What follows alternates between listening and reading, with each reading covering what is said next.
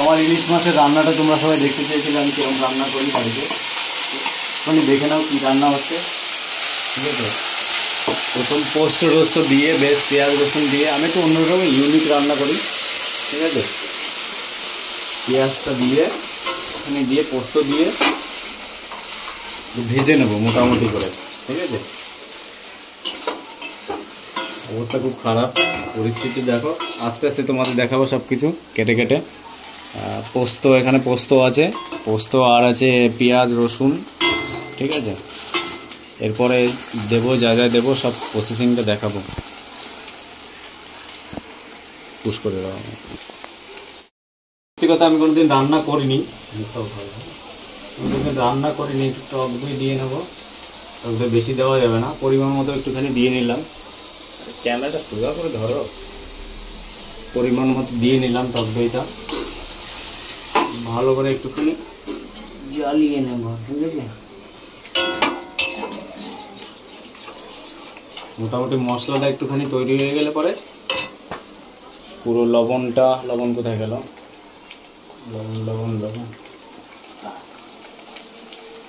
লবণটা একটু দিয়ে নেব। ঠিক আছে,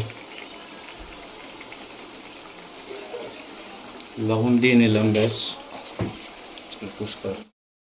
নেব। টক দই দিয়ে একটুখানি দেখে নাও কেমন পরিস্থিতি হয়েছে মাছের, তারপর দেখলে দিয়ে এবার একটুখানি নাড়ালাম, নাড়িয়ে রেখে দিলাম।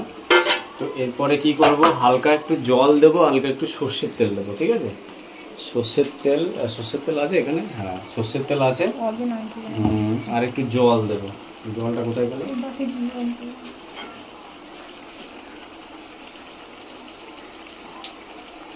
হালকা একটু সর্ষের তেল আর একটু জল দিলাম পরিমাণ মতো। ঠিক আছে, তারপরে মোটামুটি মুখটা দেখো, পরিমাণ মতো জল আর আছে। এবার কি করব,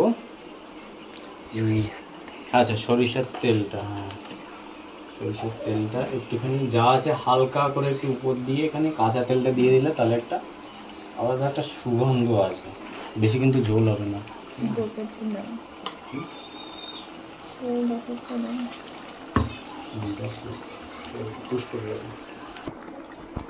তারপরে ইলিশ মাছের পরে ছোট ছোট কাঁচা লঙ্কা দিয়ে দেবো। ঠিক আছে, কাঁচা লঙ্কা দেওয়ার পরে এবার কি করব, ব্যাস তরকারিটা একটুখানি দেখাও, তরকারিটা একটুখানি দেখাও, কালারটা কেমন সুন্দর এসছে। ঠিক আছে, এরপরে আমি এটাকে ঢেকে দেবো, ঢেকে দিয়ে কিছুক্ষণ পরে 10-15 মিনিট পরে এটা খুলবো, দেখি কেমন পরিস্থিতিটা আসে।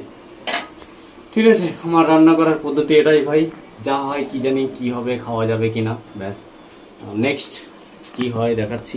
ঠিক আছে।